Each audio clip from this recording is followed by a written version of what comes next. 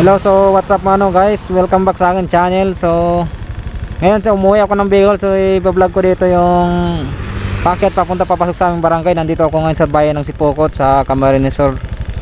So yung tungla na to papunta yung Naga, yan Legazpi, Alba, yan papunta yan doon. Ito naman yung papuntang Manila. Diyan sa unahan kakaliwa tayo papunta packet sa amin, Kabundukan. So yun, let's go.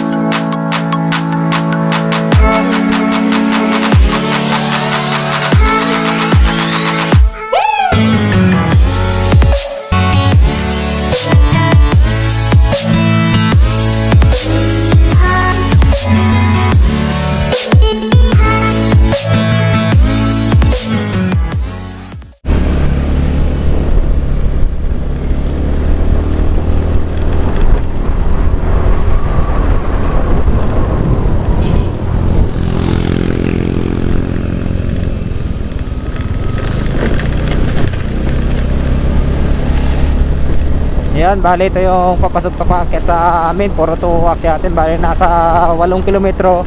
So 7 kilometro na pahon, 1 kilometer pa baba.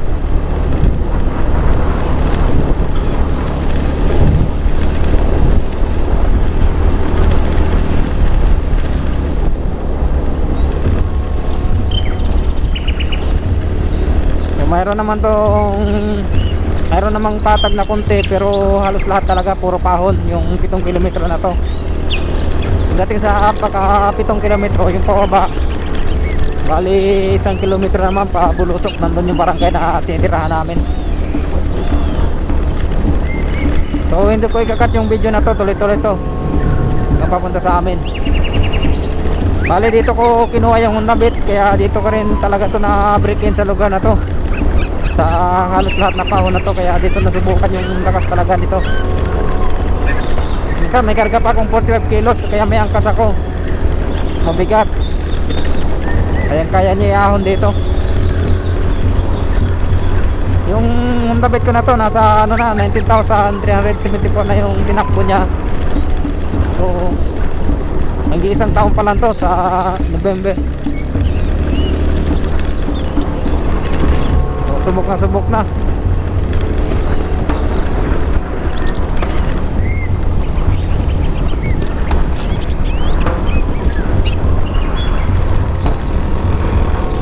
Bali ang mga pumapasok dito na tricycle, yung mga barako. Kasi pag hindi barako, dito sa bandang part na to, kalagitnaan, bumabalik pa baba, lalo pag may kargang pasahero at may mga bagahe. Kaya ang pinakaano dito transportation, nabalabal talaga.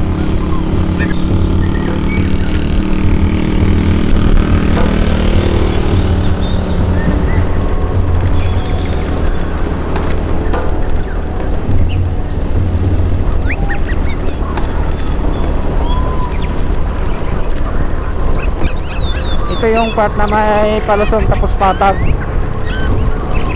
Siguro nasa ano lang dito, kulang 1 kilometro tapos paahon na naman.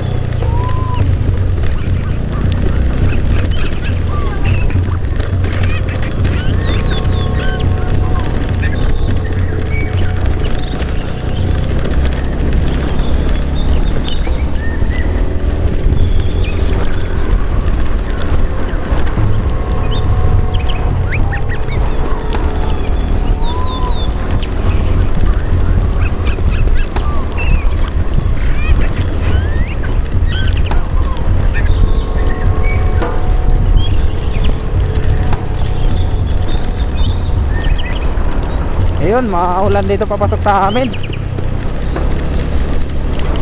Walang umulan. Shit. Sana itong camera ko.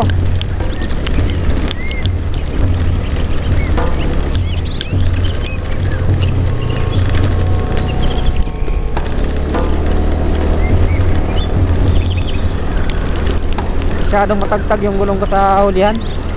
Sobrahan yata sa hangin.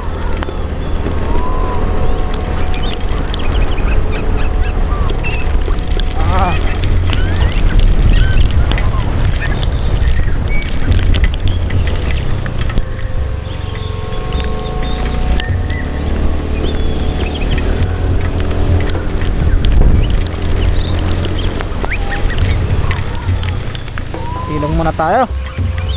Kaya no choice. Tanggalin kong camera ko, mabasa ako. Basa din tong camera ko.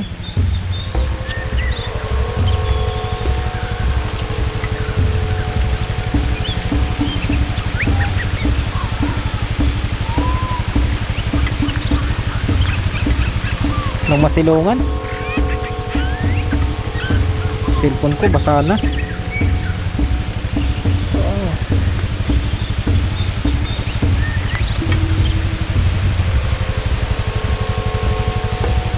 Nga pala yung gulong ko na to sa ulihan, kaya galing ako sa bayan kasi nagpalagay ako ng pinapasakan ko kasi may napako siya.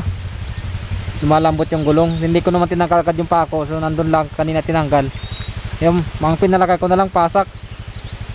Meron naman akong baong sealant kasi nga bukas babalik na ako ng Manila, kaso ayaw kong lagay yung sealant kasi pag nagpalit ako ng gulong mahirapan na naman ako papalit nito kasi yung mags nito sisirain di kakapit yung sealant dun. So siguro sa susunod na lang na gulong kasi stock pa naman tong gulong ko na to, saka manipis na rin.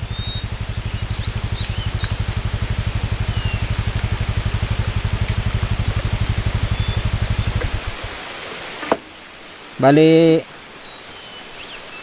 sa susunod ko na lang na pagpapalit maglalagay man ako ng sealant kasi para sa akin hindi advisable na maglagay ng sealant kahit wala pang butas.